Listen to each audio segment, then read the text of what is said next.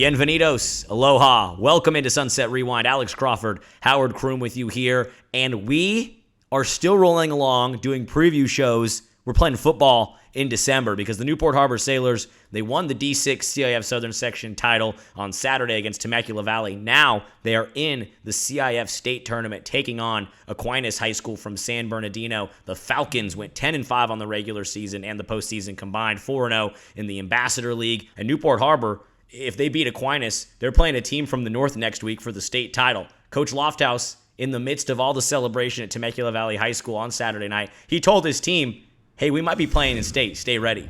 Here's the thing. Not that we haven't played enough football already, but I figure you guys want to make a shot and run at state, right? Yeah. Let's hope we get in the state playoff. We'll have an opponent next week. Let's get ready for another week of football. Let's go! Coach Lofthouse told them to stay ready. We stayed ready as Sunset Rewind, and here we are, Newport Harbor, Friday night, 6 o'clock in San Bernardino. They're playing Aquinas. Aquinas beat St. Pius X from Downey 66-14 last Saturday to win the D7 championship. Howard, this has the makings of another great postseason game. Tell me a little bit about Aquinas High School. I know you were scouting them a bit. Well, it's definitely going to be a good game. It's going to be two physical teams going up against each other. Aquinas, they're very talented up front. They've got a couple of offensive linemen that are going to play college football. Very stout defensive front. They run cover 4. They rally to the football. Very violent at the point of attack from a defensive perspective. I mean, they're just all around a team that you understand why they made it to the CIF Division 7 finals. They played tough competition this year. And they're a team that's battle-tested, had a bunch of playoff games on the road, and they're going to be ready to be at home in a packed house, ready to take on the Sailors, and it's going to be a great game. Yeah, Howard, I feel like we say this every week. We talk about this being the biggest test the Sailors have faced thus far. We certainly thought that when they made the postseason. Then we thought that when they took on a very athletic Dominguez team. Then they're in the title against Temecula Valley, who was the defending D7 champions. And now they're taking on Aquinas, who just won D7. So I feel like each week we're saying, okay, this is the hardest test the Sailors have had. Well, that's how it goes in the playoffs. You know, the deeper you go, the better the teams are going to be. So this is certainly going to be the Sailors' toughest test. Luckily, we know they're very battle-tested on the road. But like I said, with Aquinas being such a physical team, that's where Harbor shines. You know, if you ask me what the keys to victory are, it's going to be the defense. It's going to start with the physicality of the defensive line, the pursuit to the football by the linebackers, the filling the gaps by the secondary, staying at home by the secondary. It starts with the defense.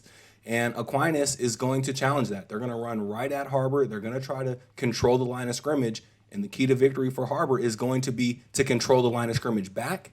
And then so that on the offensive side, they can block up front for A.J. Gutron-Moore and execute on the outside with their athletic wide receivers that we've seen just come to life and be on fire throughout the playoffs.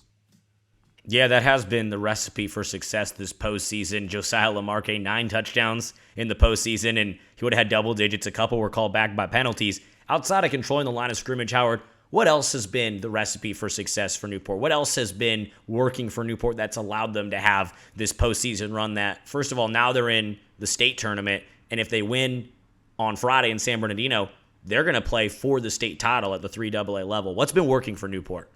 Well, to me, they've been excellent at making adjustments. From a coaching staff perspective, you know, seeing what Temecula Valley came out and did, for example, that was all new stuff. The coaching staff had not seen that on film. Temecula Valley brought out new packages and new formations for Newport Harbor, and so it was a little rocky early on. But the coaching staff stayed with it, the players stayed with it, and made adjustments. And then I'm thinking specifically on the defense, and then from an offensive perspective, really what has been the key is we've seen Harbor maybe start a little slow, and then again, make adjustments, shorten up the playbook a little bit, and go to the playmakers. Get the ball in the hands of Kashton Henjum. Get the ball in the hands of Josiah Lamarque, and on the easy routes, kind of some of the small, quick hitters to get stuff going. That allows the offense to find a rhythm. And as we've seen lately, the Sailors are putting up a ton of points because when they start to find what works, they stick with it and they do it at a very high level. I think that's what's impressed me the most about the Sailors in the postseason is those in-game adjustments, because earlier in the season, they'd fall behind or they'd have a lead and then they'd lose it and then it'd be gone. I think it's the sign of a good team that they're able to adjust in-game, especially like we saw against the Temecula Valley Golden Bears. That and the buy-in from the players. Like at the end of the season, we talked about it. If they don't make the playoffs, shoot, this is going to be a real long offseason. You've got this buy-in that's led them to a D6 championship. It's been really wild to see.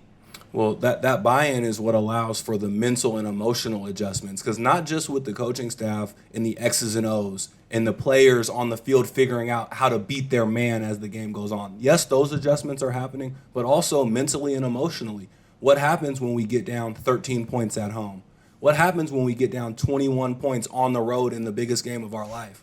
And the Sailors have answered those questions, and that's part of the adjustment, that's part of the buy-in, and it's just going to help this team be more prepared for this state playoff game. Again, Newport Harbor, D6 champions against Aquinas High School from San Bernardino, D7 champions, 6 p.m. Friday night at Aquinas High School in San Bernardino. Winner will play either Vanden or Windsor from Northern California for the 3 AA state titles. So, Howard, a little bit of a shorter episode. Just wanted to give people info about who Aquinas was and get everybody set for Friday's game, which you and I will be calling on Tar Radio. Now, I heard it was televised somewhere. I'm going to let you find out that info yourself. But if you want to listen to Howard and I on the radio, tarradio.com will have the call for you from San Bernardino, 6 o'clock kickoff for this game between Newport Harbor and Aquinas. Howard, can't believe we're still doing shows this late in the season. At some point, to the fans of the other 5 Sunset League schools, we will do a season recap, season wrap-up show. But for now, Sunset Rewind is Sailor Rewind. So for my broadcast partner, Howard Kroom, for all the players, parents, and coaches in the Sunset League, this is Alex Crawford saying, from Saddleback to the Pacific Ocean, from 405 to PCH, you've been watching Sunset Rewind. Thanks for tuning in.